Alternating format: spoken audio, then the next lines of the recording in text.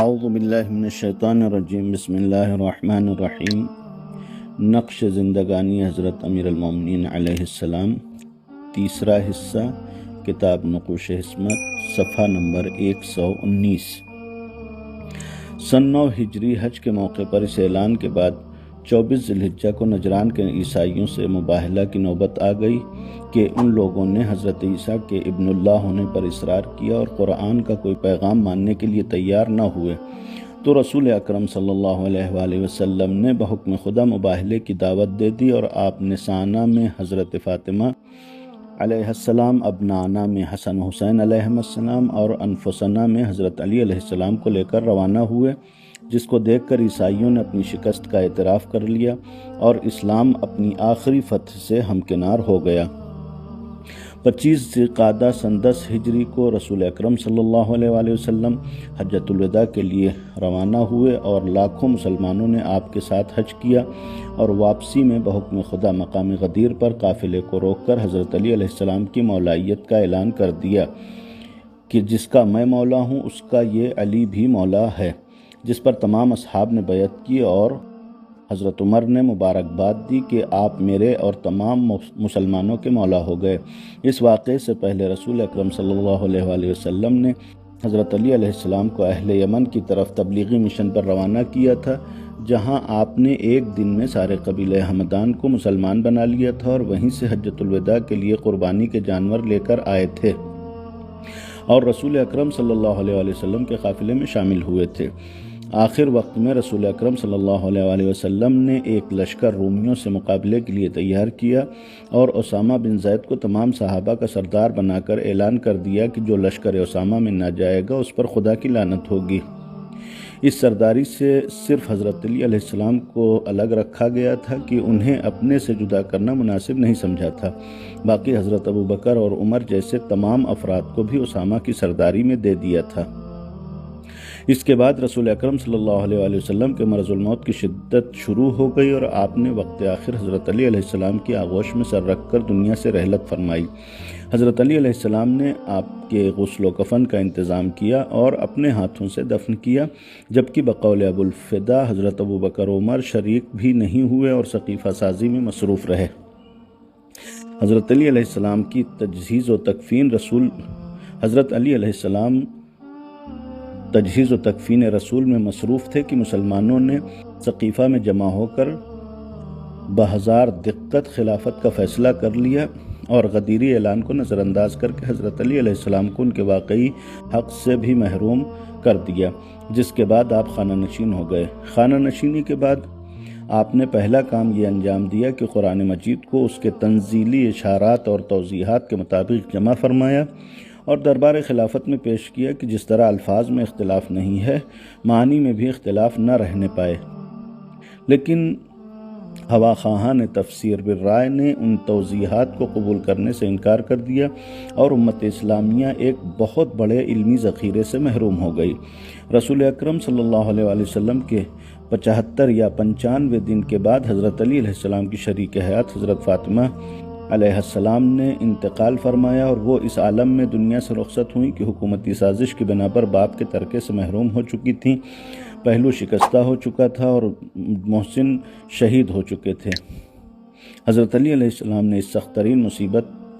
کا بھی نہایت درجہ صبر و شکیبائی سے مقابلہ کیا اور تلوار نہیں اٹھائی، صرف یہ کہہ کر خاموش ہو گئے کہ رسول اکرم صلی اللہ علیہ وآلہ وسلم کے بعد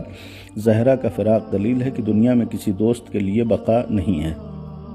حضرت علی علیہ السلام حالات کے پیش نظر 25 سال تک خانہ نشین رہے، اور مسلمان یکے بعد دیگرے حکام سازی کرتے رہے، اور کسی موقع پر بھی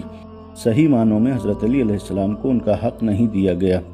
لیکن اس کے باوجود آپ نے کوئی انتقامی کارروائی نہیں کی، بلکہ برابر حکام وقت کی مدد کرتے رہے اور انہیں نیک مشورہ دیتے رہے، اور کسی ایسے اقدام میں کوتاہی نہیں کی جس میں اسلام اور امت اسلامیہ کی بھلائی ہو، یا جس میں شریک نہ ہونے سے اسلام کی رسوائی کا خطرہ ہو۔ حضرت عمر نے اپنے آخری وقت میں خلافت کا فیصلہ ایک بڑی کمیٹی کے حوالے کر دیا، جس نے مخصوص اسباب کے تحت آپ سے سیرت شیخین پر عمل کرنے کا مطالبہ کیا،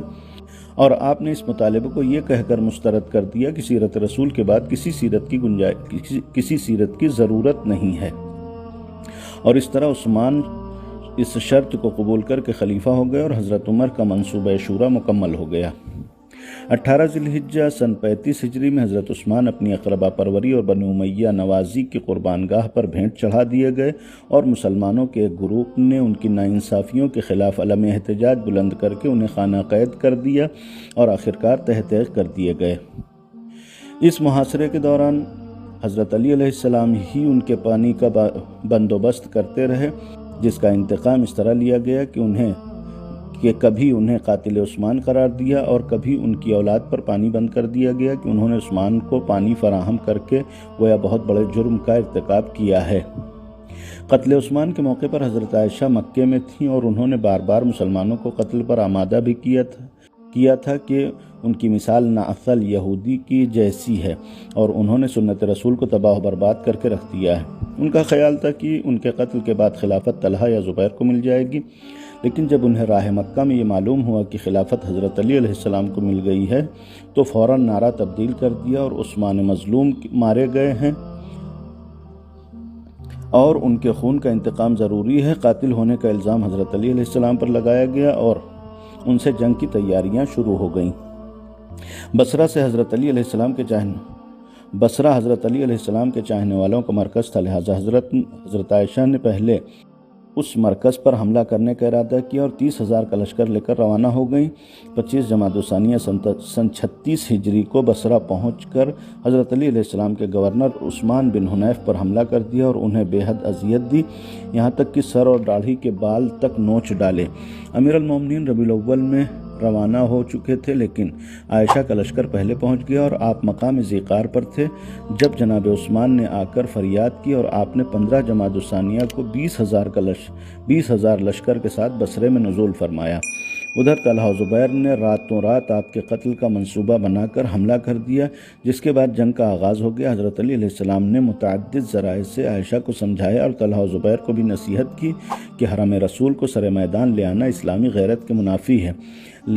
لیکن کسی فہمائش کا کوئی اثر نہ ہوا اور بالآخر ایسا رن پڑا کہ نتیجے میں 13,000 عائشہ کے سپاہی اور 5,000 حضرت علی علیہ السلام کے مجاہدین کام آئے اور بعض مجاہدین نے ناقے کے پاؤں کاٹ دیے اور ہودج زمین پر آ رہا۔ آپ نے نہایت درجہ احتیاط سے انہیں سنبھالنے کا انتظام کیا اور 40 خواتین سپاہیوں کے ساتھ محمد بن ابی بکر کی سرکردگی میں انہیں مدینہ واپس پہنچا دیا، جس کا احساس انہیں زندگی بھر رہا اور حضرت علی علیہ السلام کی شرافت کا برابر تذکرہ کرتی رہیں۔ جمل کے فتح ہو جانے کے بعد آپ نے 16 رجب سن 36 ہجری کو ابن عباس کو بصرہ کا گورنر بنا کر واپسی کا قصد فرمایا اور عراق کے خطرے کے پیش نظر کوفے کو مستقل دارالحکومت قرار دیا۔ والسلام علیکم ورحمۃ اللہ وبرکاتہ۔